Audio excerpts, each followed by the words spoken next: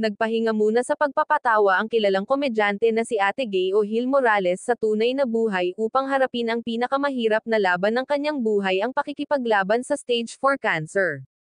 Sa programang Kapuso Mo Jessica Soho, emosyonal na ibinahagi ni Ate Gay ang kanyang pinagdadaanan. Nagsimula umano ang lahat sa simpleng pamamaga sa mukha na inakala niyang simpleng beke lamang ito noong una, ngunit pinayuhan siyang ipatingin ng mapansin ng mga kasama sa trabaho na hindi pantay ang kanyang mukha. Ngunit nang sumailalim siya sa ultrasound, CT scan, at biopsy, lumabas sa second opinion ng doktor ay stage 4 cancer.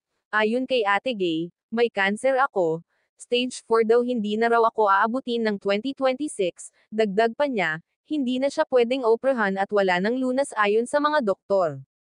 Bagamat kilala bilang nagbibigay saya sa marami, aminado si Ate Gay na halos araw-araw siyang umiiyak sa bigat ng sitwasyon. Gayunpaman, nananatili siyang matatag at humihingi ng lakas at panalangin. Aniya, although lagi kong sinasabi na walang himala, kailangan ko po ng dasal. Kailangan ko po ng lakas at sana po makayanan ko ang araw-araw kong buhay sa ngayon. Samantala nagpahayag ng suporta ang mga tagahanga at kapwa-artista, nananalangin na magkaroon ng himala at paggaling para sa komedyanteng naghatid ng saya sa maraming Pilipino.